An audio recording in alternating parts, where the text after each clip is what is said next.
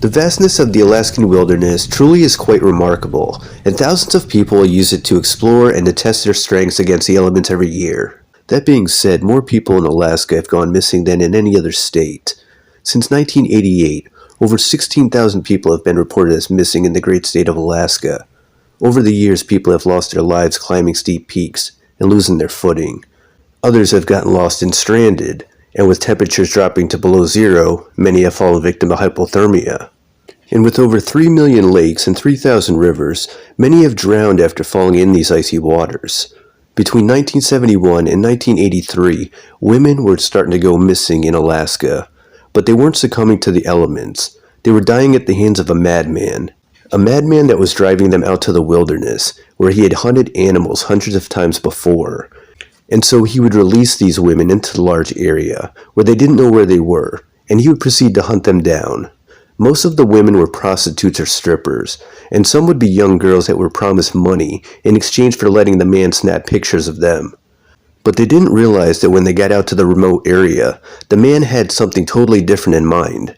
Because a lot of them had chosen an alternative lifestyle, the killer figured these women wouldn't be missed, and the police wouldn't care that much to look for them. And he would be right to an extent. But these women were people just like you and me. They were somebody's sister, somebody's daughter. But this man wouldn't see them this way. He would see them as garbage. He would see them as subhuman. They were beneath him. And the system would ultimately fail them. Robert was seen as a respected man around town. He was a church-going business owner, a cake baker. And he would be Alaska's most infamous serial killer. And he would be dubbed the Butcher Baker.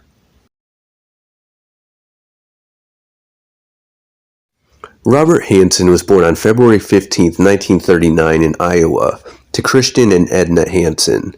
They were Lutherans. Christian was a very strict man, and Edna was a very quiet and submissive woman. Robert would have a little sister who was born in 1942. The family made the move to California when the kids were very young, but they would soon realize that they did not fit in there and they were not finding success. They would ultimately return to Iowa, where the children were raised in the tiny town of Pocahontas. Father Christian was able to open a bakery in town, which would flourish, as the townspeople would flock to it to consume the tasty treats. Robert would be forced by Christian to work a schedule at the bakery that would be conflicting with his school schedule.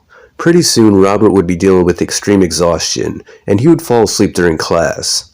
Christian was extremely strict and demanding, and did not notice or care of the physical wear this was having on his son. Robert would start his shift at 2 a.m. every morning, and he would have to go straight to school when he was done working. He did this for all than less than $1 per day, which is equivalent to about $11 today. Robert was a pretty quiet teen. He didn't talk much because he had a bad stutter, and when he stammered, his classmates would make fun of him and put him down. He also had a bad case of acne. Even girls would mock the teen. Robert would carry this resentment into adulthood. He would never get over how girls would laugh in his face, but he would later project his pent-up anger onto girls that were completely innocent. Despite his awkwardness, he would join the school chorus, and he would at least try out for some school teams. But in the end, he would realize it was solo activities he would prefer and excel at. He spent a great deal of time fishing, hunting, and doing archery. Robert would graduate from high school in 1957. He was done with that place. They had even spelled his last name wrong in the yearbook. He was tormented and bullied and held a grudge towards girls for bullying him. And he really had a large resentment against the whole school in general. Not long after graduation, he would join the Army Reserves and travel to the other side of the country, where he was stationed in Fort Dix, New Jersey. He left Pocahontas with a bitter taste in his mouth, with bad memories of his youth that he wouldn't soon forget. It was while he was stationed in Fort Dix where Robert would lose his virginity. Could this be the one? Probably not, considering she was bought and paid for a limited time. He found his first sexual experience to be very dissatisfying. It was over very quickly, like wham bam thank you ma'am. He wasn't able to fully enjoy it. He had no control over the situation. He felt that he could enjoy future sexual experiences, but it would have to be on his terms. After serving, Robert would go back to Pocahontas and resume working in his father's bakery. Robert still had the mindset of a high school teen, and his small group of friends would be high schoolers. One of them was actually an employee at the bakery. The quiet stutter and his friend would end up traveling a couple towns away to blow up a tractor, and they would get away with it. But Robert really wanted to wreak havoc on his old high school. And on December 7th, 1960, 21-year-old Robert talked his coworker into setting a bus barn on fire that belonged to the school. Robert met up with his friend with a 5-gallon canister of gasoline and started dousing the barn. The whole structure would end up going up in flames. So would several buses. One fireman had arrived and tried to drive one of the buses out to salvage it. The gas tank would end up exploding, and he would be tossed from the vehicle. Thankfully, he would survive, but he would sustain injuries. Hansen and his friend would be caught because, as with most teenagers, his accomplice could not keep his mouth shut about the arson. He would blab about it to friends at a party one night, and word would soon get around to the local sheriff's office, and Hansen would soon be charged with arson. He would be sentenced to 3 years at the state penitentiary in Anamosa. He would be a model prisoner, however, working on his speech, seeing a therapist, and leading religious teachings.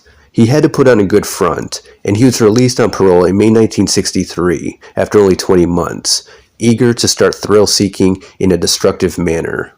Hansen's parents had purchased a resort in Minnesota. He would join them after his release and take a job there where he would work maintenance and attend to guest needs. It was just temporary, though. Robert had plans to open his own bakery one day. He ended up meeting a nice Lutheran girl named Darla Henriksen. She had been hired to clean the cabins of the resort. She had a lot in common with Robert. They were both avid outdoors people, and she was a quiet loner from Pocahontas too, and they would soon fall in love. Not long after Robert had been released from prison, and in a short time, they would be married. Hansen was on parole, but it didn't take long before he started getting himself in trouble again. You'd think the attention of his new fiancée would keep him on the straight and narrow, but the quiet loner was a thrill seeker. Before he went away, he was intent on destroying things. Now he was stealing, and he found it all too exciting. The thought of getting caught was exhilarating to him. Robert would describe the feeling as sexually arousing. If he saw something that he really wanted, he would take it out of impulse. Most times, he would keep his stolen goods at work. Robert's boss became suspicious after seeing new radios and bicycles in the back of Robert's car. Robert would constantly get caught, but he always seemed to manage to avoid getting arrested and charged. Or if he did get arrested, the charges would end up getting dropped. In one case, his pastor spoke on his behalf after Robert was arrested for stealing fishing gear from the local store. Wife Darla graduated from college in 1967, and the couple decided to move to the Pacific Northwest. They settled in Anchorage, Alaska, a wonderful town where they could enjoy the good old outdoors. In addition to fishing and hunting, Robert would take up bow hunting, where his proficiency was noticed, and he would go on to hold records for some large game he shot. He would take a job as a cake decorator at the local Safeway, and him and Darla would end up having 2 sons. They were part of a Lutheran church, and they would upgrade from a duplex to a large cozy house, and everything would seem perfect. Within a few years, Robert and Darla started to drift apart. They were not talking and not making love.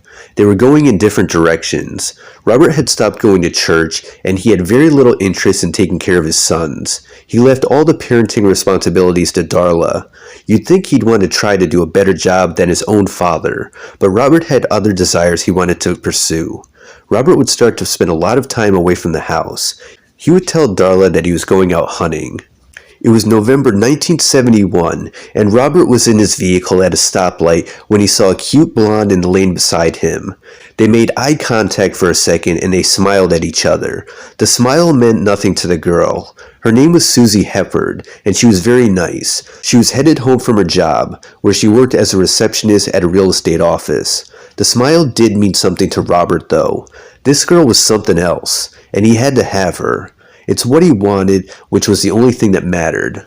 Susie was surprised when Robert showed up at her door shortly after. She realized that he must have followed her, and she'd be right. The man started struggling to speak. He had a lot of trouble getting the words to come out, and it came across as sounding incoherent at first. He said he was trying to find someone in another apartment building and asked her if she could use the phone book.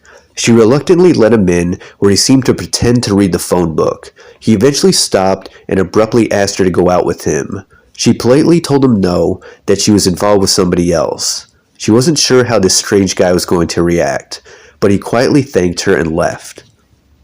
A couple days later, Susie would be accosted by the same man who was waiting for her at her home.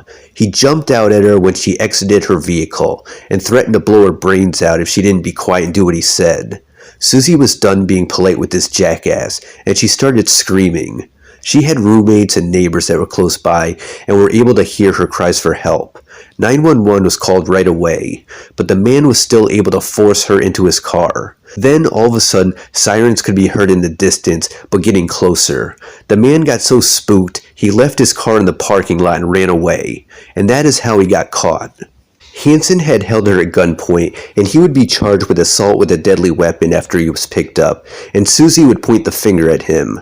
Hansen's lawyer argued his client was a family man with a steady job and no history of violence. And with that, Hansen was granted bail as long as he sought a psychiatric evaluation. And just like when Robert stole, as long as he was free, he was going to do what he wanted to do. He felt like he was getting away with this too. And so about a month after his first assault, he would go out hunting again. The victim's name was Barbara Fields, and she was a prostitute. This would be one of Hansen's first successful abductions. He took her from the parking lot of a cafe after blocking her car in with his. He would tie her wrists and ankles so tight with shoelaces it would make her cry out in pain, and for this, he would sock her in the face.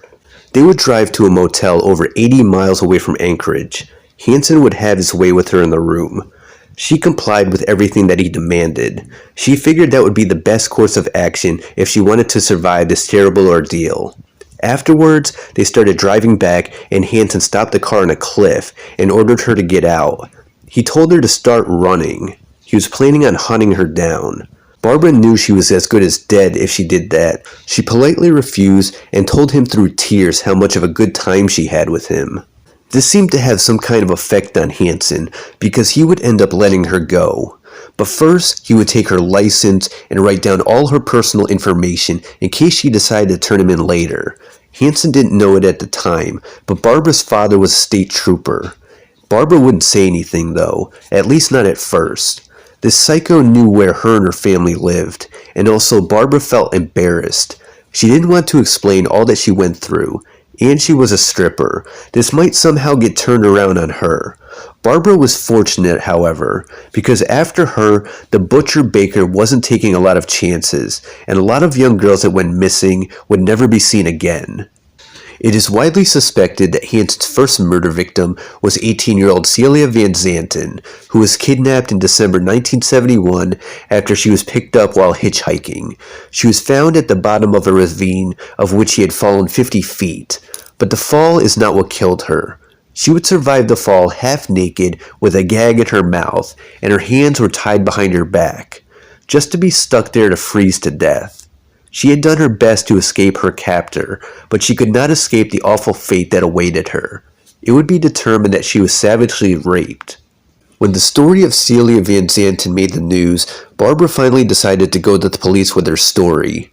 She thought that her abductor had been the culprit because of similarities in the cases. Barbara was able to recall where they drove and the motel they were at, and Robert would be tracked down. It didn't help his case that he had a piece of paper with Barbara's name and address in his wallet. Hansen went on trial and was charged with kidnapping, rape, and assault on Barbara. During Barbara's testimony, she would be attacked by Hansen's lawyer. She felt like she was being looked at as an incredible witness because of her profession, and Hansen had friends, co-workers, and clergy that were coming out of the woodworks to speak on his behalf. In years to come, Robert would count on the fact he was going up against the word of prostitutes. It was their word against his. He would go so far as to say they had consensual sex for a price, but now they were extorting him for more money.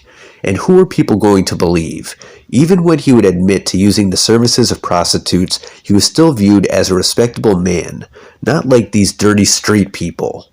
The defense would use a renowned psychiatrist who would diagnose Hansen as a schizophrenic who would have no memories of these violent episodes. He would only be convicted of rape, in which he was sentenced to 5 years, but would become eligible for parole and work release after only 3 months.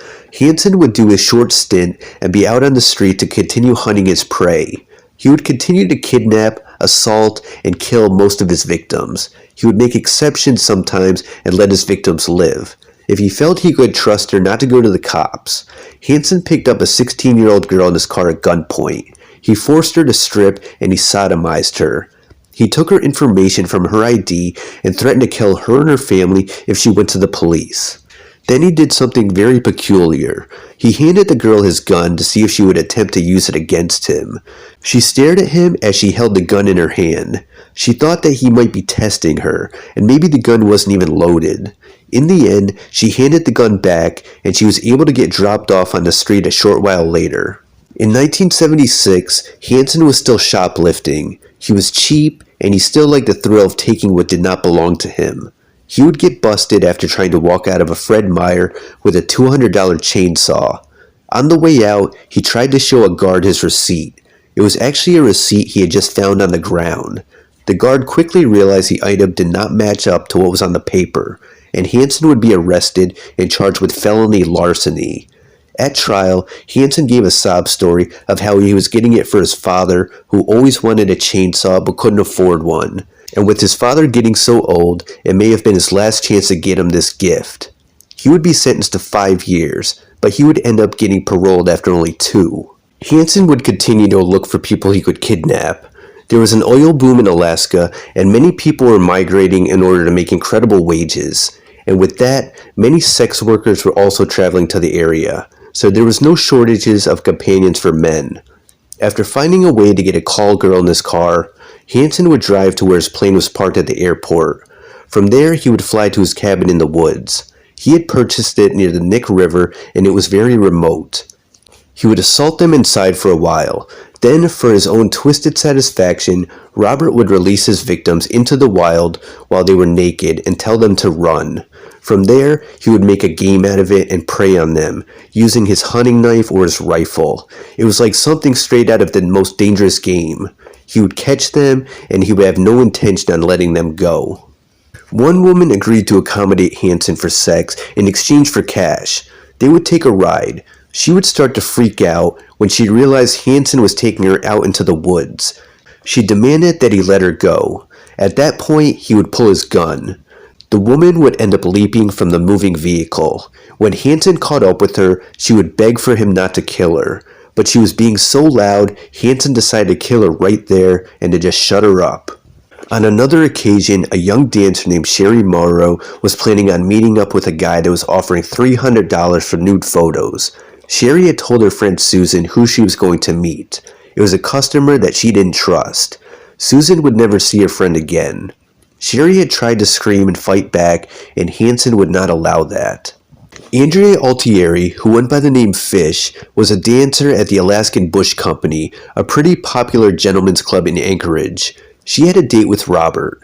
Robert had offered to take her out and to spend good money on her, but it would all go to hell after she got into his vehicle. She was immediately blindfolded and tied up. Hansen assaulted her at gunpoint, and she complied because it wasn't worth risking her life for. However, she would later see an opportunity to go for the gun when it was not in his possession. They both ended up getting a hold of one end before the gun was tossed aside.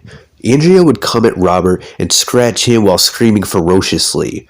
Her claws had gone in so deep, and Robert would make his way to the gun and shoot her at point-blank range. He would bury her near the Nick River Bridge. Several dancers were starting to go missing, and police were starting to take notice. Then, bodies would start popping up by the Nick River, and it looked like there was a serial killer on the loose. Robert had a cabin in that area. He would take his victims there. He would hunt them, but if they put up a fight or made a lot of noise when they arrived, he would kill them on the spot. And then he would take whatever jewelry they might have on them, and that would be his trophies.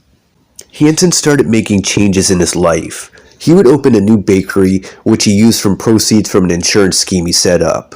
Robert really wanted to find a nice girl to date, so he put out a singles ad trying to find someone, even though he was still married with kids. He ended up getting a response, and he would hit it off with the woman. It turns out she was an Alaskan state trooper. They would go out a few times. She would turn down Robert's advances, though, when he wanted more, but he never pushed too hard, and he never forced her. He would save that behavior for the ones he felt were beneath him.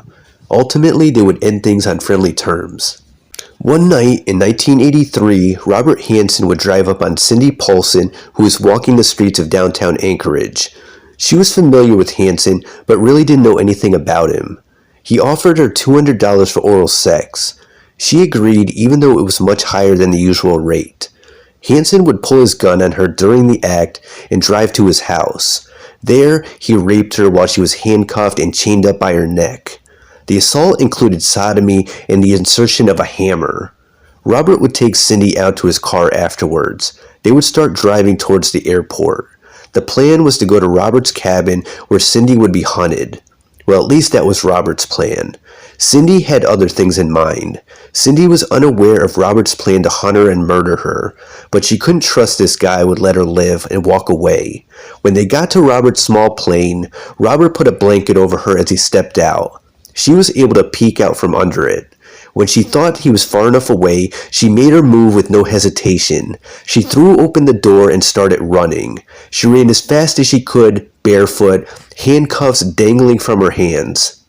Hansen would see her taken off and started sprinting towards her with gun in hand. He yelled after her, "I'm gonna get you," and he started to gain on her. She knew he was closing in and he would suddenly capture her, but all of a sudden a truck had appeared and was headed in her direction. The driver, Robert Yount, would pick her up to drive her to safety.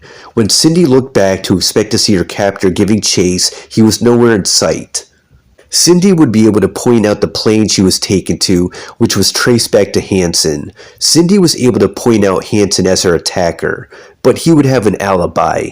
Hansen had asked a friend to lie and say he was with him on the day of the attack. Not only that, but Robert had cleaned up his house so well, detectives could find no evidence that Cindy was being held there. Robert would be interviewed, and the quiet man would answer all of their questions. But as far as Cindy goes, she would stop talking to the police and she would refuse to take a polygraph test. Cindy didn't trust the police, and she was upset that they would even doubt her after the trauma she just experienced. And the police would end up letting Hansen go. The detectives didn't like him for this crime, this polite, nerdy-looking man. Hansen would be back out on the streets, but one detective would believe in Cindy and thought that Hansen could be responsible for women that had gone missing. Hansen's friend would end up recanting the alibi for him when he found out that Hansen was being investigated for murder. Hansen would be arrested, and police started finding trinkets of jewelry in Hansen's house that belonged to the victims. Then they ended up hitting pay dirt that would break the case wide open. Police would end up finding a map of the Nick River area that belonged to Hansen. It was highlighted with red X's, and investigators came to realize that some of those X's marked spots of where bodies had already been discovered. This would ultimately get Hansen to concede and to confess. He would start cooperating with police to uncover bodies that he had buried, but he would admit that there were lives that he had taken in which the bodies would never be found. On February 18, 1984, Hansen was sentenced to 461 years for murder, rape, assault, kidnapping, theft, and insurance fraud. He would work as a barber in the prison and seemed to get along with most people. In the end, he would die of natural causes on August 21st, 2014, and he was 75 years old.